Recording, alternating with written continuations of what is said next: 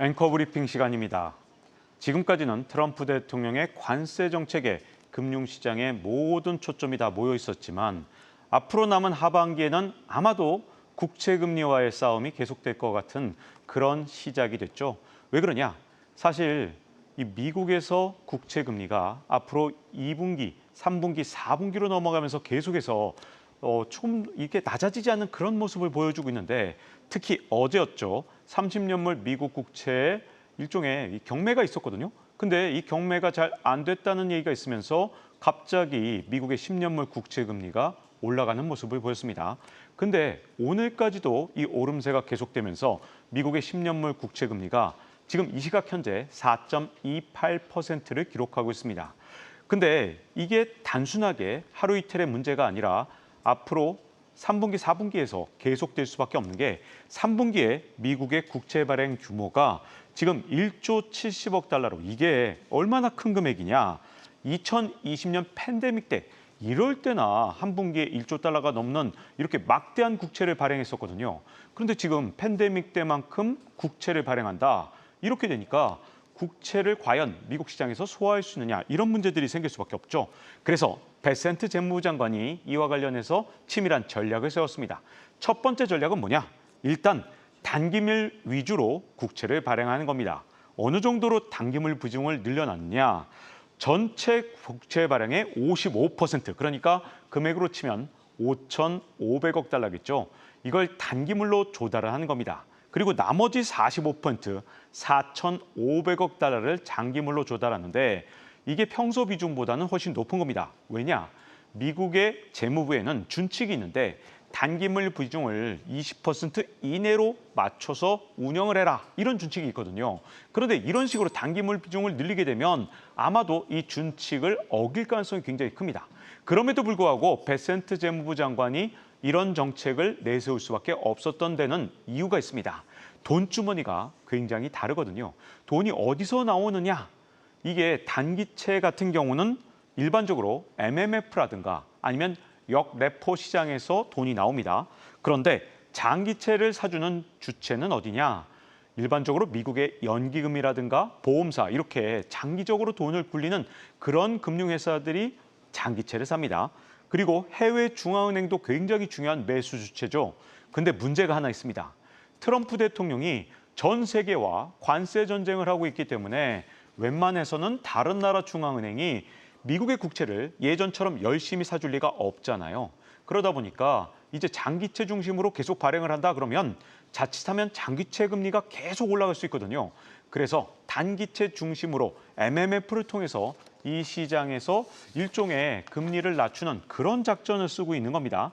이뿐만 아니라 베센트 재무부 장관이 두 번째 전략이 또 준비돼 있죠. 그건 뭐냐? 바로 바이백이라는 것을 사용하는 건데 이건 마치 기업들이 자기 회사의 주식을 사는 것처럼 정말로 특이하게 미국의 정부가 발행한 국채를 다시 또 국채를 사들이는 방식. 이게 바로 어떤 방식이냐? 단기채로 자금을 조달할 거잖아요. 그러면서 시장에 장기채를 사들이는 방식을 통해서 장기채 금리 하락을 유도하는 겁니다. 그래서 이 바이백이라는 건 이 미국에서 보통은 흑자를 볼 때 사용해 왔는데 이게 과거에 옐런 전 재무부 장관 때부터 적자인데도 불구하고 이렇게 바이백을 하기 시작했거든요. 그 다음에 베센트 재무부 장관이 이걸 그대로 계승을 해서 지금도 미국 정부가 적자인데 그런데 자사주를 매입하듯이 지금 국채를 사들이고 있습니다. 흑자를 보는 기업이 자사주를 사는 건 이상하지 않지만 적자를 보는 기업이 자사주를 산다. 딱 듣기만 해도 이상하잖아요. 지금 미국 정부는 그 정도로 이상한 정책까지 다 동원해서 장기채 금리를 억지로라도 끌어내리려고 하고 있는 겁니다. 그런데 이 베센트 재무부 장관의 이 계획에도 약점이 있을 수밖에 없겠죠. 자, 장기채는 거의 발행하지 않으면서 단기채 중심으로 계속 발행량을 늘려가면 결국은 이 단기채를 사줄 돈이 계속해서 공급이 돼야 되는데 일단 아까 말씀드렸던 역레포 시장이라는 건 자금이 완전히 메말랐습니다. 그래서 더 이상 미국의 단기채를 사줄 수가 없고요. 그러면 이제 남아있는 큰 시장은 MMF 시장인데 MMF 시장 7조 5천억 달러 가운데 이미 절반 이상이 미국의 단기채를 사주고 있거든요. 근데 이 절반이란 비중은 미국 역사상 가장 높은 비중이라서 더 이상의 단기채를 사주기가 진짜로 어려운 상황입니다. 그래서 이제 앞으로 남은 방법이 뭐냐? 단기채를 왕창 발행하면 결국 연준이 기준금리를 낮춰주고 이 단기채까지 사주는 겁니다. 그러면 어떤 일이 생길까요? 인플레이션이 생기는 위험성이 있겠죠. 그래서 앞으로 연준의 시장 개입이 본격적으로 시작된다. 그러면 인플레이션이 다시 재발할 수 있는 우려가 생기는데, 근데 이 연준의 시장 개입과 인플레이션 사이에는 시차가 있다는 게 아주 항상 흥미로운 사실인데요. 연준이 돈을 풀면 바로 다음 날 인플레이션이 오는 게 아니라 항상 최소한 12개월, 그러면 또 18개월, 최근엔 24개월이라는 주장도 있긴 합니다만 평균적으로 18개월 정도를 예상하거든요.